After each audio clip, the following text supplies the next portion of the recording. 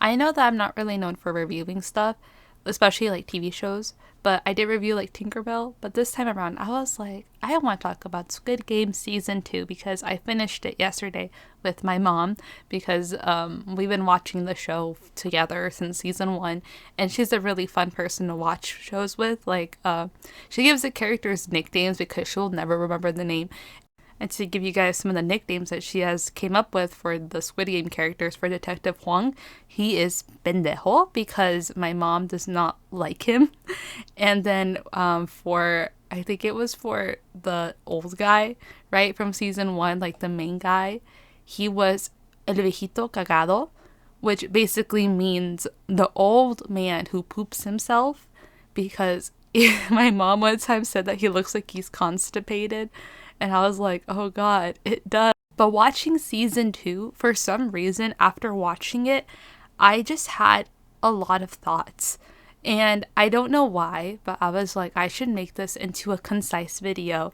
And there's going to be spoilers, so if you haven't watched the show, you really want to watch it spoiler free, I would recommend leaving this video, watching it, and then come back if you want to. Or if you really don't care about spoilers, continue watching because I'm going to spoil a lot of stuff. Played these games before!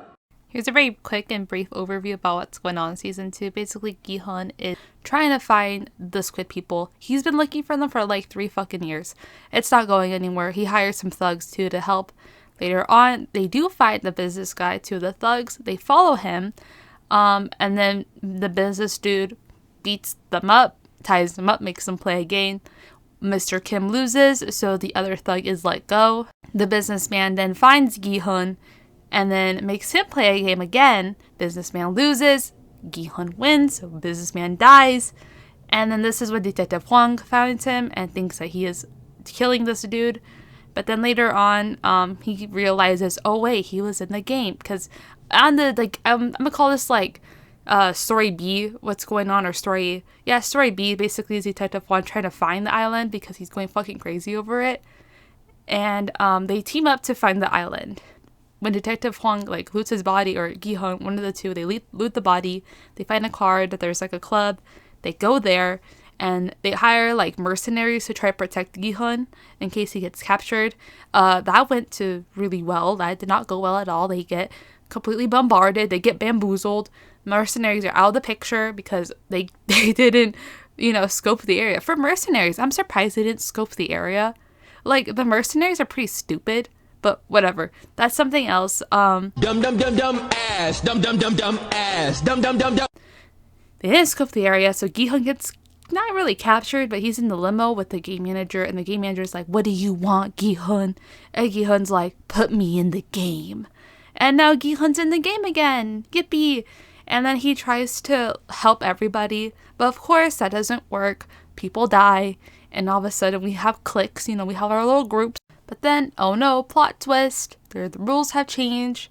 Now we get to vote if we get to continue after every game, and then instead of the money going to the families that passed away if you quit the game, what will happen is the money will be split evenly amongst everybody, which is a really cool little new detail that they added. I personally like that version a little bit more because it gives people the option to leave more. And then, the game manager is here. He is in the game, but gi-hun doesn't know that because he never saw his face. And then it's basically gi-hun trying to level people up and unite them to try and go find the manager and kill him in order to stop the games. Of course, this does not go well, does not happen. They all either die or get captured, or they're in a little corner. Specifically, I think his name was Kangbae, gi-hun's friend from the first one that ran the store. He's dead because the game manager kills him. And then yep, that's basically the whole show. But gi-hun doesn't know the game manager was in the game or was his friend because he befriended him and all this shit. He doesn't know that. He thought he died or something, but no, he's the game manager. While this is going on, Detective Huang with the mercenaries are trying to find the island because they originally had a tracker inside of gi-hun, but then the Squid people, they took it out and put somewhere else. So now they're trying to figure out where is the island. And then during this time, the captain's actually bad. Oh no. And they don't know that yet, and they still haven't found the island. They only got I think they found the area, but they haven't found where the game is being held. And that's basically the whole show. That being said, I feel like the show bugged me a lot more than season 1. I genuinely believe that season 2 was a fun watch, but it's also extremely infuriating and annoying. Season 1 was pretty good in my opinion. I didn't really have that many complaints. I'm not a critic. I don't think oh yeah, this is wrong because of that. No, if I enjoy it, then I'm okay, I'm happy with it. But season 2 was just kind of a weird boat where I enjoyed it, but I also hated it at the same time. So I would argue that season 2 is just not as good as season 1. Honestly, if I had to give it a scale, I'd probably give a 7 out of 10, maybe even a 6.5 out of 10, because some things just annoyed the fuck out of me of these characters. I will talk a little bit about the pros that I saw during this movie. The positives, I will start with that and then go to the negatives. The positives I have is we follow someone who is actively in the opposite side of the Squid Game, basically the soldiers. We follow her around and her story, which is pretty cool in my opinion, because in the first season we never really saw that, except when Detective Huang was kind of undercover, but we don't see someone who is already there or hired to be there, their story. And I personally like that. Her name is Noelle, and I think she's an interesting character for sure.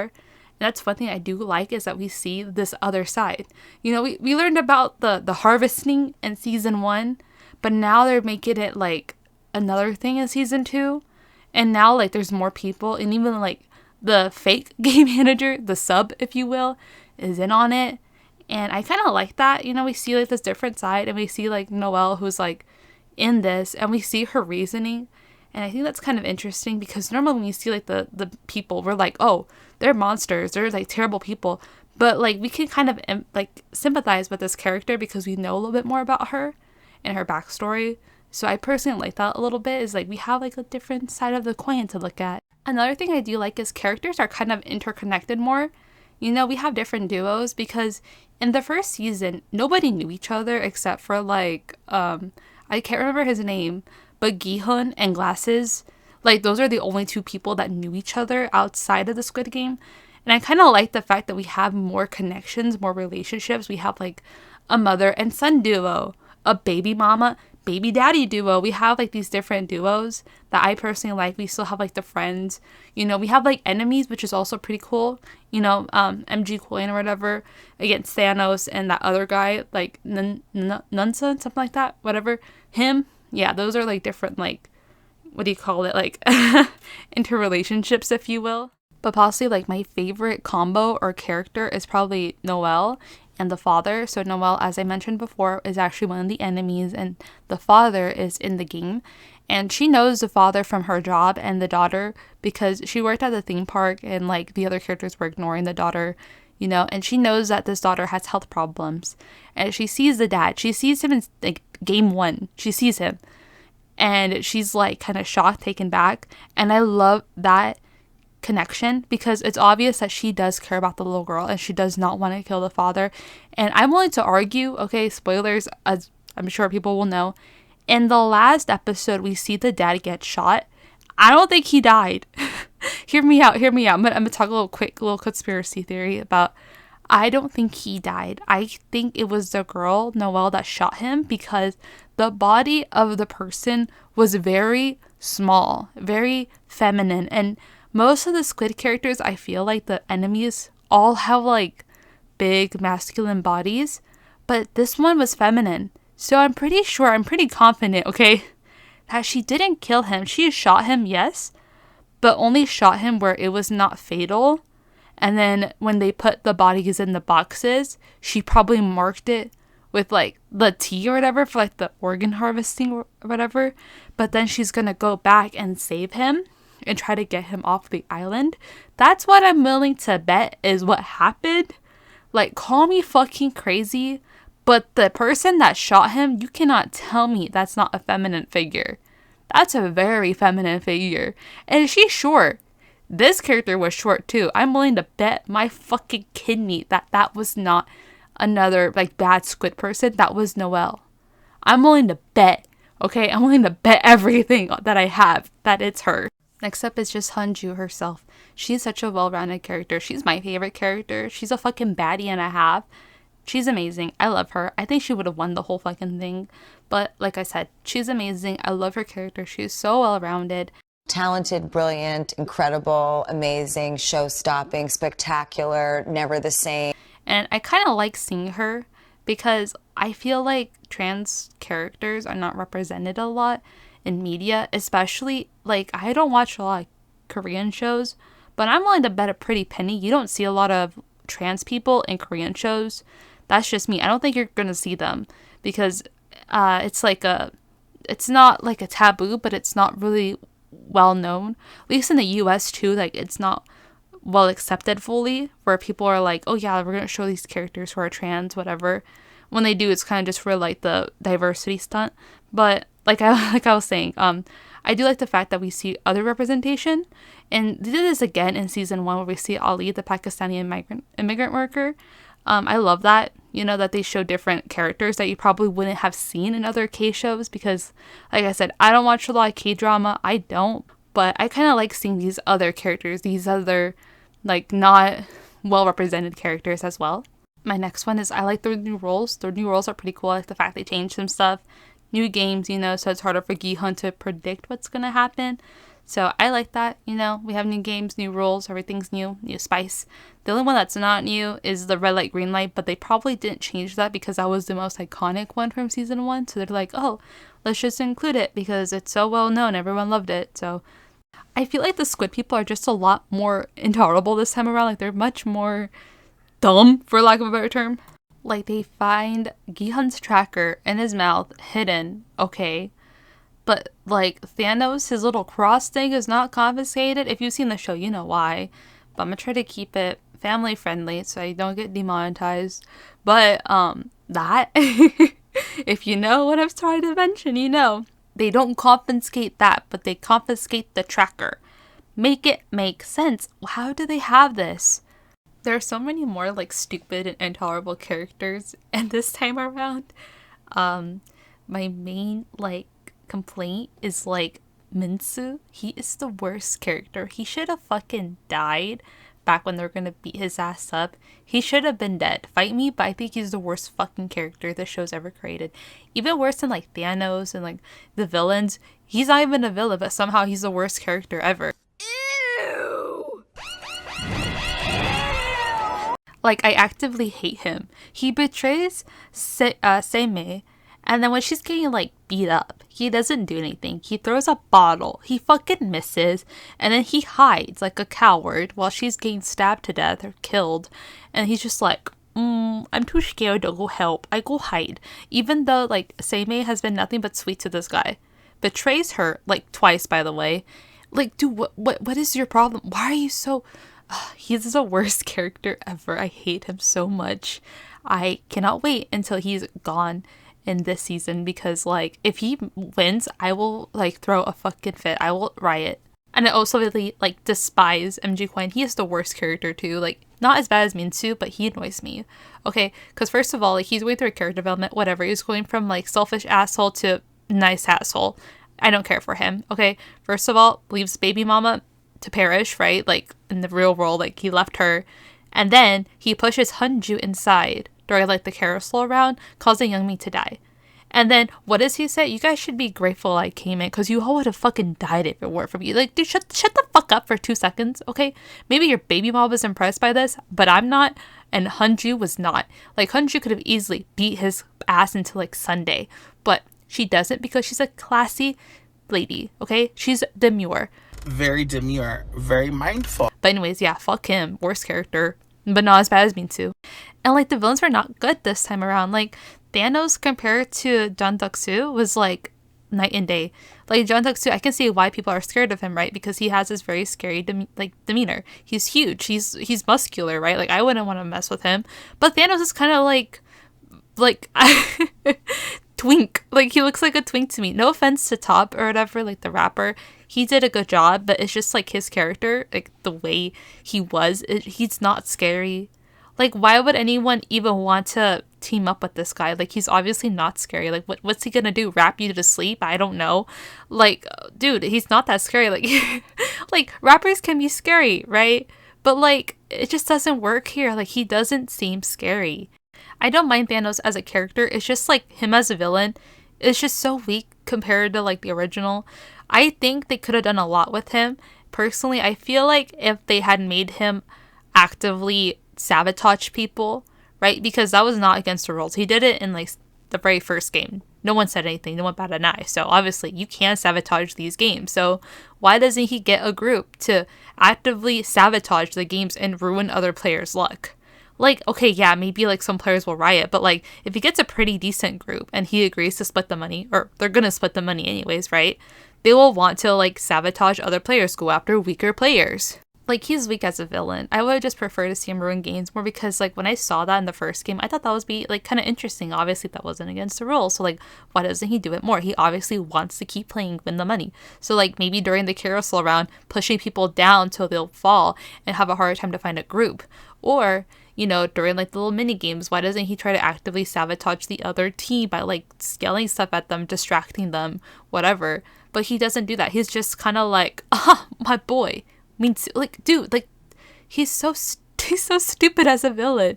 Why would anyone follow him other than the fact that he's a rapper and, like, people are like, oh, he's a celebrity, I love him. Oh yeah, didn't Thanos also get his ass beat in front of everyone? So why is everyone scared of him again? My next complaint is also with the rules. I know I was like, oh, kind of happy with the new rules, but it does not make too much sense because in the first season, right, they voted like the X or no, right? Like yes to continue, no to stop. A majority of people said no. So were they just kind of hoping that they're always going to say no to like stop the games? Because a majority of people in the first one, they wanted to leave. But season 2, it's like the opposite. So we're like the game masters just hoping like they're always going to say to continue the games. Because like if the VIPs invest money into this, I think they want their money like, you know, shown or whatever. And won't they be upset if they keep voting to stop the games early? They're going to be like, well, there goes all my money. Like, I don't know. To me, it just doesn't make a whole lot of sense because in the first season, right, everyone voted to go home or majority want to go home. But now they bring this back and it's after every game. So are they just kind of banking on like, oh, they're always going to say to continue the games? Like, I don't know. To me, it doesn't make a whole lot of sense. Next up is just there's a lot of like stupid choices being made. And that's like my biggest complaint. Like one of the big things that I saw is like during the, well, like the versus, like the players versus the Squid people, they let Dahu to go get the ammo. But obviously he was having PTSD or whatever. He was not okay. But they let him go. Why would you let him go? The most vulnerable person going through the most to go get the ammo. Why would you send him? It doesn't make sense. In the real world, I don't think anyone would have sent him. Okay, everyone would have like sent somebody else, but not this idiot. And like my biggest like why is this going on? Stupid decision is the game masters in the game. Like I thought the Squid people, they know who he is, so they're not gonna try to kill him. Like why would they do that? And I thought it was pretty interesting when I saw the big reveal, like, oh my god, player 1 is the game master just like season 1. Oh gosh.